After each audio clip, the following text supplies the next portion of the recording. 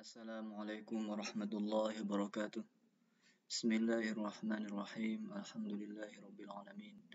Allahumma shalli wa sallim wa barik ala sayyidina Muhammadin wa ala alihi wa sahbihi wa sallim.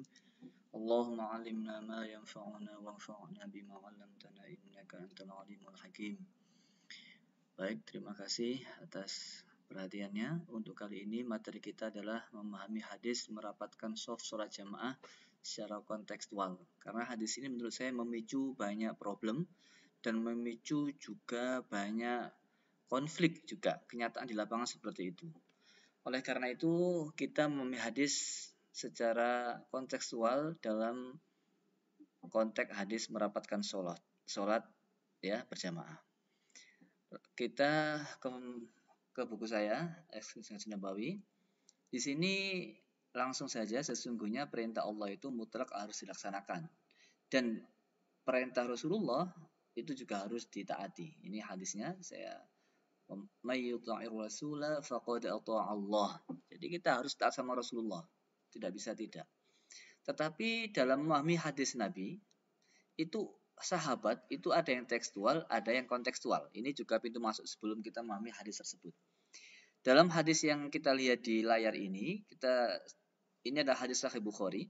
Nabi bersabda, la yusalliyanna ahadun al-'asra illa fi Bani Quraidzah.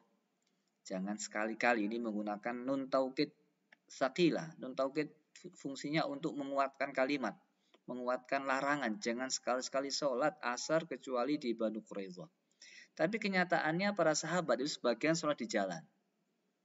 Maka sebagian sahabat lagi menyangkal, tidak, kami nggak nurut kalian. Karena saya sebagai sahabat yang mengatakan itu, kami akan sholat di Banu Quraidzah, sampai nyampe di Banu Quraidzah. Tapi sahabat yang sholat di jalan tetap bersikukuh dengan pendiriannya. Bal nusolli, kami tetap akan sholat di tengah jalan. Lam yurad minazalik. Kenapa? Karena sahabat yang sholat di tengah jalan sebelum sampai di Banu Quraidzah itu beranggapan bahwasannya Nabi menyuruh sahabat sholat asar di Banu Quraidzah itu tujuannya, fungsinya untuk cepat-cepat segera sampai di sana. Target sebelum maghrib sudah sampai di Banu Quraidzah supaya sahabat bergegas, tidak lambat. Itu tujuannya. Maka ketika sholat asar, ketika waktu asar sudah mau habis dan belum sampai di Banu Quraidzah, maka sahabat ini otomatis sholat di tengah perjalanan, tidak sholat di Banu Quraidzah. Tapi sahabat yang satu tadi tetap bersikukuh memegangi sabda Nabi harus sholat di Banu Quraidzah apapun yang terjadi. Akhirnya disampaikan kepada Nabi fadzukira lin Nabi sallallahu alaihi wasallam falam yu'annif wahidan minhum. Ternyata setelah disampaikan kepada Rasulullah, Rasulullah sendiri tidak mencela satupun dari sahabat. Baik yang sahabat itu sholat di tengah jalan maupun kelompok yang sholat di Banu Quraidzah. Ini artinya apa?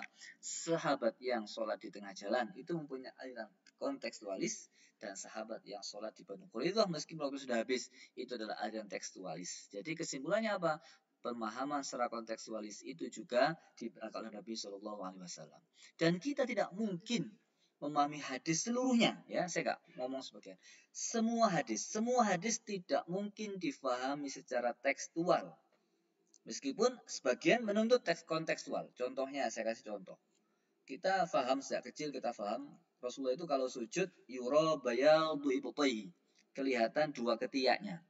Siapa sekarang yang sholat dengan pakai baju dilobangi ketiaknya? Tidak ada sampai sekarang.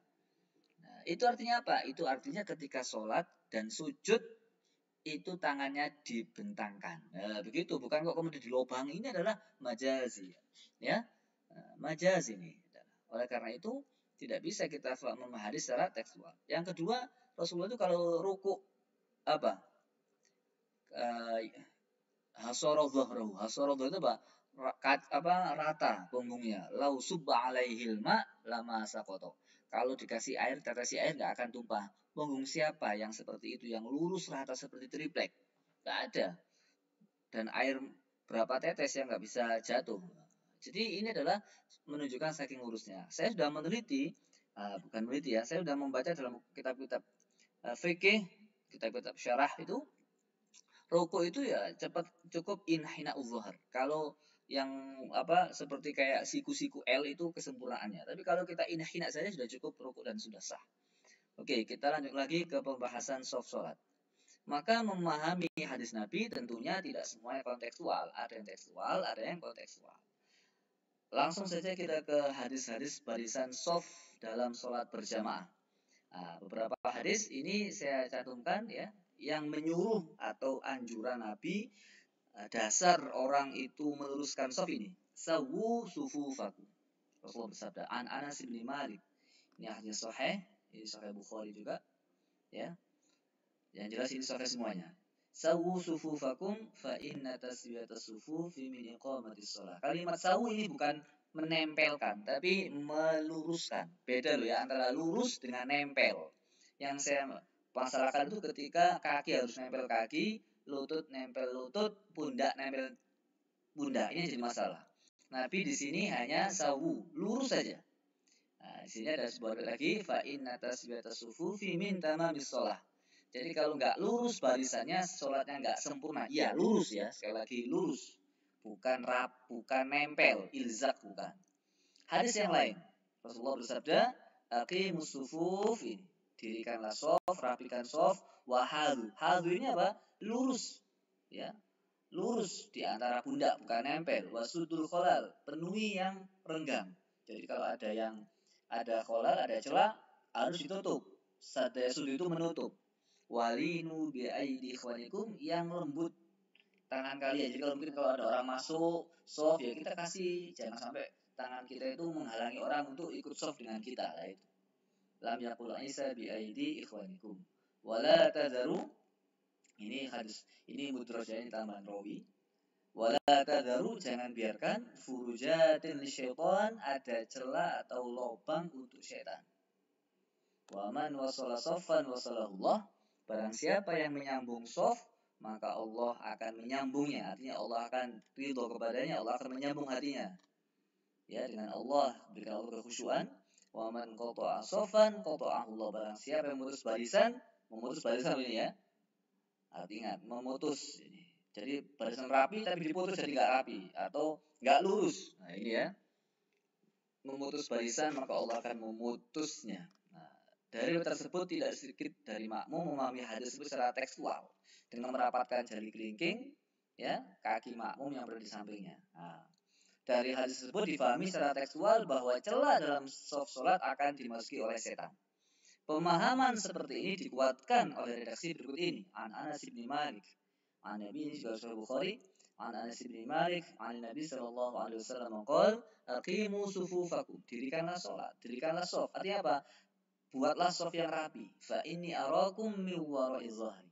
Sesungguhnya saya melihat kalian dari belakangku. Jadi saya bisa melihat dari depan. Saya bisa melihat belakang dari depan. Wa kana ahaduna, perlu diperhatikan kalimat wa kana ahaduna ini berarti sudah ucapan Anas bin Malik, bukan ucapan Nabi lagi. Wa kana ahaduna, dan kami salah satu di antara kami, ahaduna bukan seluruhnya ya. Ya harus dipahami. Ahaduna ini salah satu dari kami, yulziku.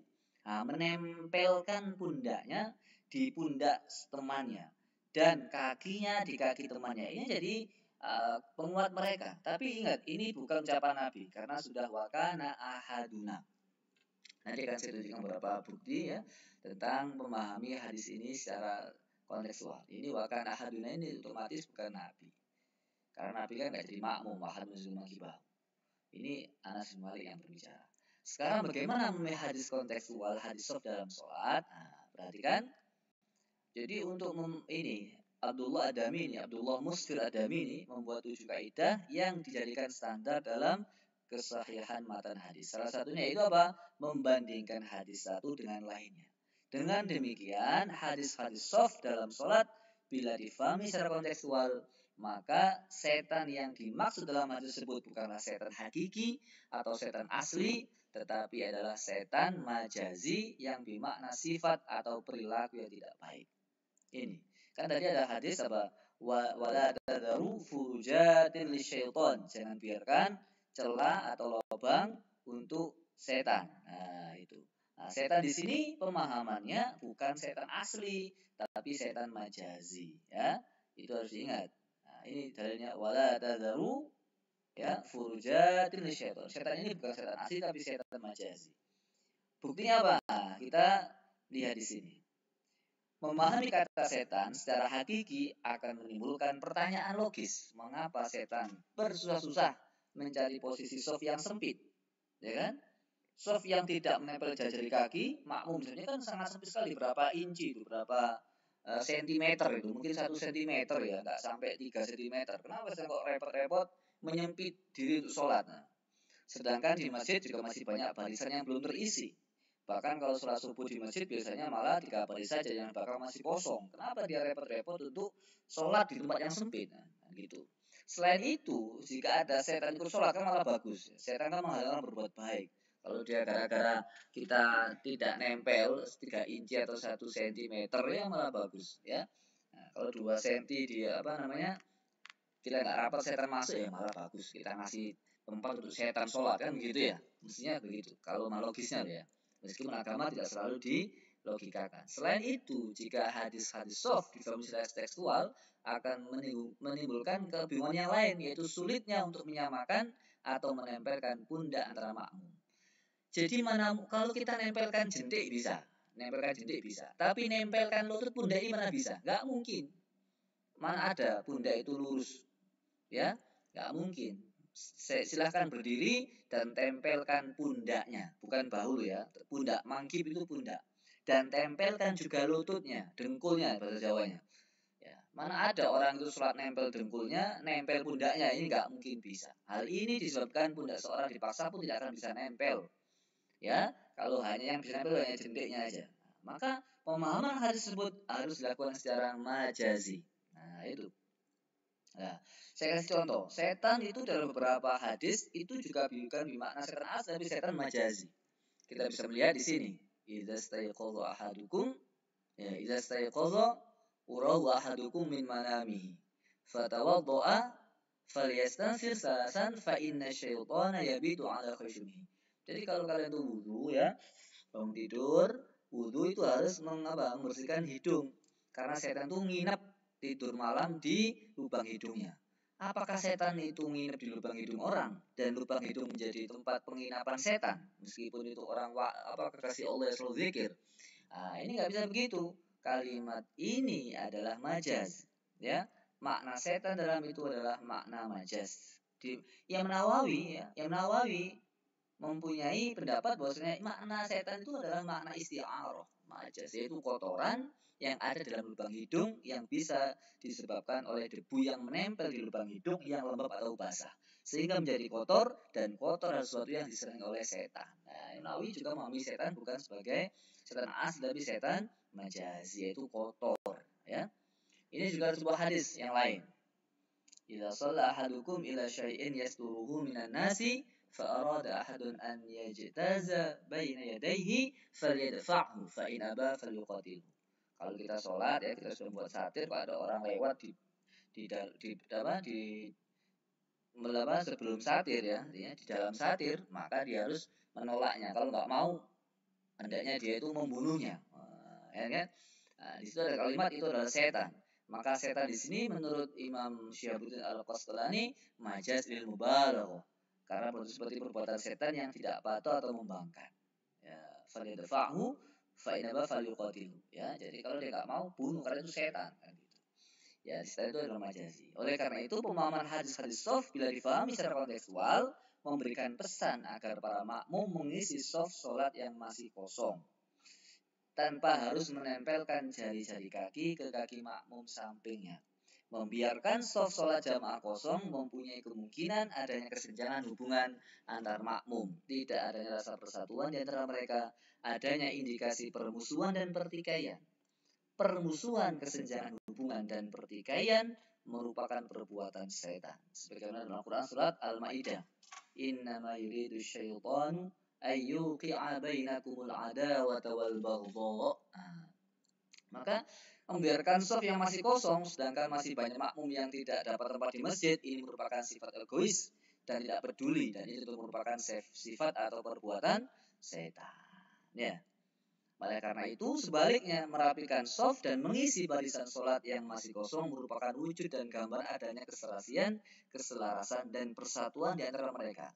Maka pemahaman seperti ini sesuai dengan pesan yang disebut Rasulullah An Aliyin qala qala Rasulullah sallallahu alaihi wasallam istawu tastawi qulubukum.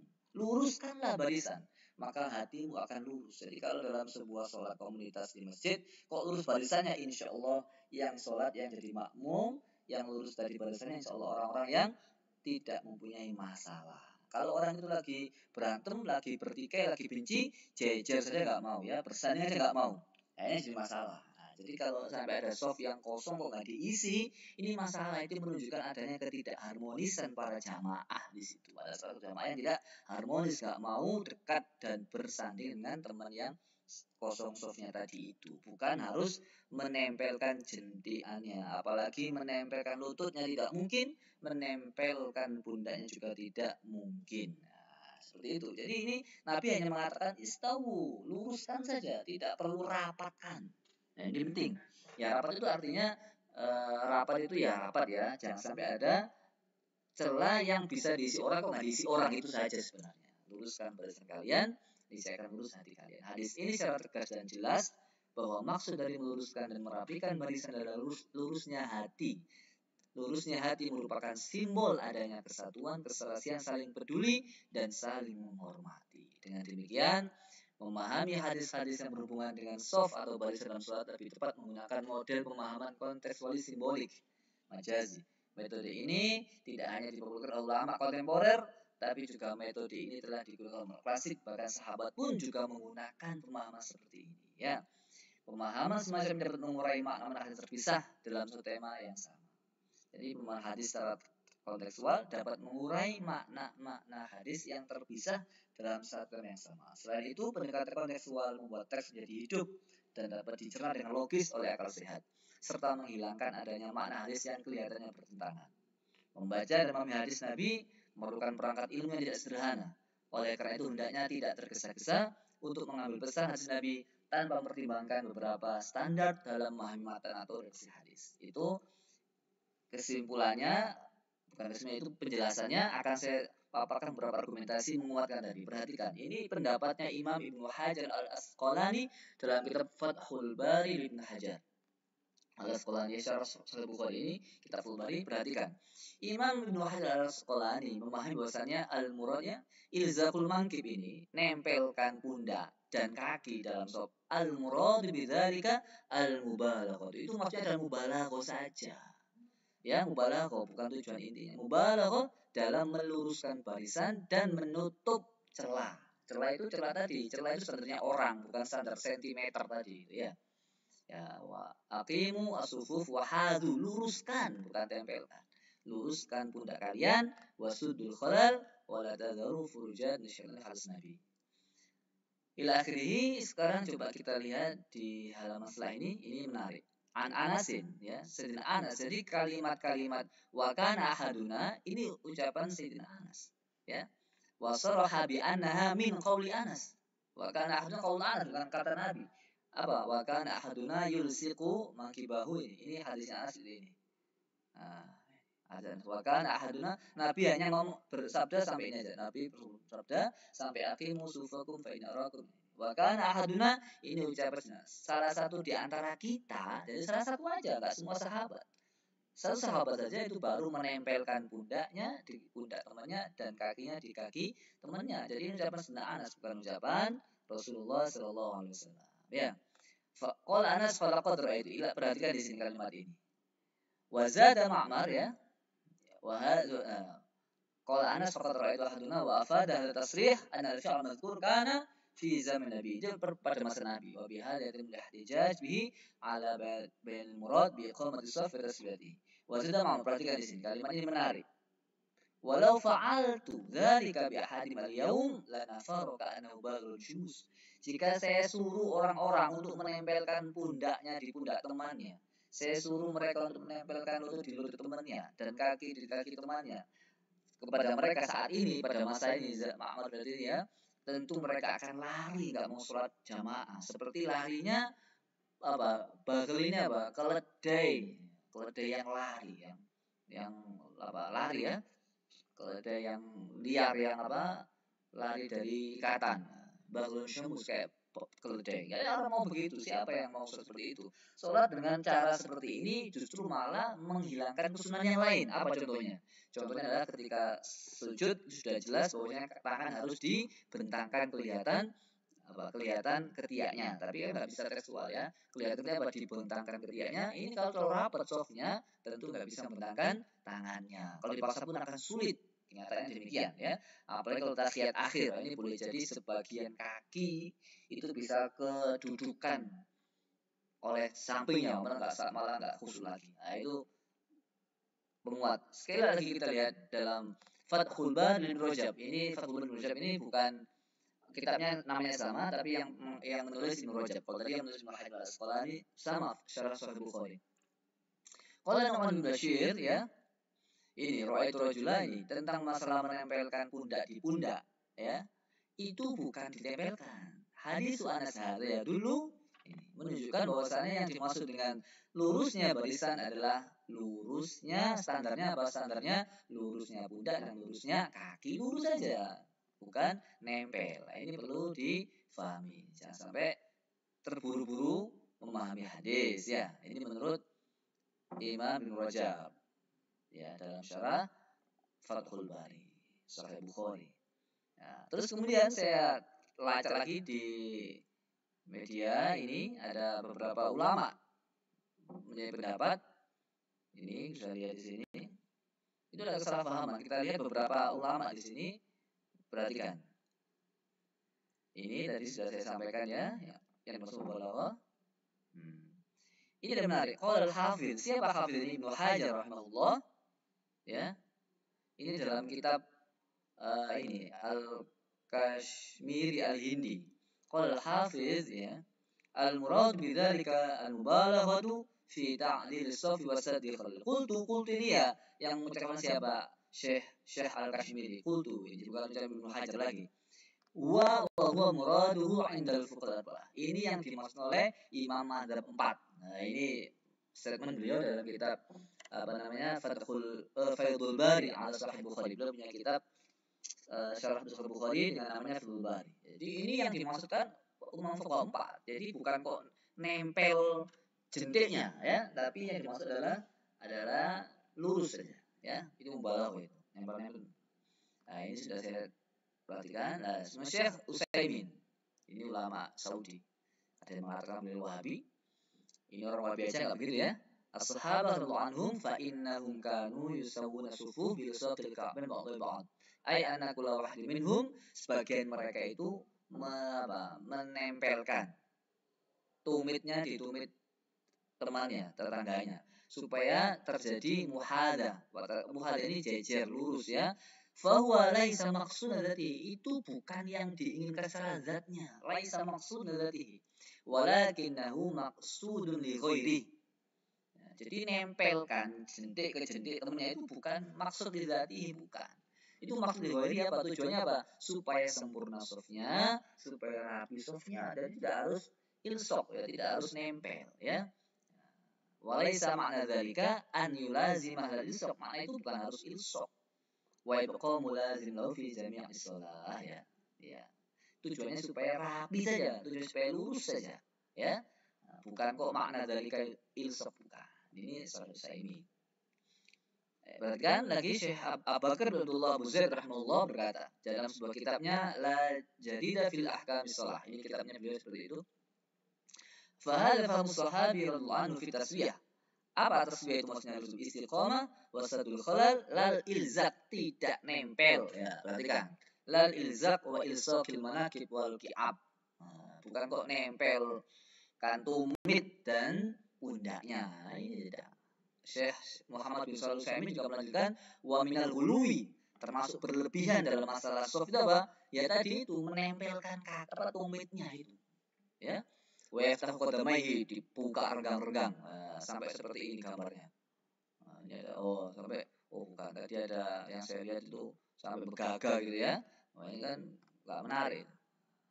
Perhatikan, Syekh Zaid, sesungguhnya menempelkan leher dengan leher mustahil.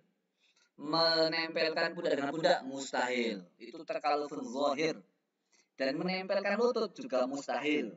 menempelkan pun tidak mustahil, ya, maka nggak mungkin terjadi, ya. Walaysa ma'na rasul sufuf ma'if'alul ba'dul juhal, itu orang bodoh itu. Yang nempelkan kakinya itu orang bodoh menurut beliau, ya. Saleh Fauzan. Min fuhaji rijlaihi. Min fi haji rijlaihi hatta yudayyiqu min man bijanibihi. Li'anna hadzal amal yujadu farajan fi sufuf fa idil musallin. Itu menyakiti orang yang sholat itu. Nah, ini orang bodoh. Ila akhirih, jadi ya kira-kira biqadri arba'i asabi. Jadi enggak apa-apa itu ada sekitar apa? Jadi antara satu dan lain itu jangan terlalu rapat. Cukup dikasih dia apa? Kira-kira 4 jari-jari. Ai la yatruku fil baini furjatan dasabi fi salisan. Baqi lafaz berjari fa fi syarh al-wiqayah an yafsil bainahuma. Jadi bisa sekitar 4 jari. Lah ini masuk akal. Wa huwa qaulun inda Syafi'iyah. Wa fi qaulin akhar qadru shibrin, ada yang mengatakan satu kil ya. Ini masuk akal. Ya. Adapun maknanya ini saya kira sudah saya berikan, ya. Tuh, saya kira itu aja, tidak terlalu banyak kesimpulannya itu, dan bisa kalian lihat pola ini tadi sudah saya sampaikan beberapa hal yang di sini. Terima kasih, semoga bermanfaat. Maka kita jangan tergesa-gesa untuk memahami hadis secara tekstual. Harusnya kontekstual, fahami dulu, kumpulkan dulu semua pendapat para ulama, gitu ya, agar kita mudah dalam menjalani agama sesuai dengan ilmu, tuntunan ilmu, sesuai dengan pendapat dan pemahaman para ulama-ulama yang alim di bidangnya, sehingga kita bisa menjadi Islam yang rahmah lil alamin, tidak Islam yang kaku, tidak Islam yang sulit, tidak Islam yang membingungkan. Demikian mudah kita ada semuanya dari Allah hidayah taufik, bisa menjadi orang yang benar-benar sayang dan bisa menjadi rahmat sebagaimana Rasulullah SAW memberikan rahmat kepada umatnya, dan kita ingin mencontohkan atau meneruskan rahmatnya Rasulullah SAW sebisa mungkin. Ihdinas siratal mustaqim. Subhanakallahumma wa bihamdika asyhadu an la ilaha illa anta astaghfiruka wa atubu ilaik. Wassalamualaikum warahmatullahi wabarakatuh.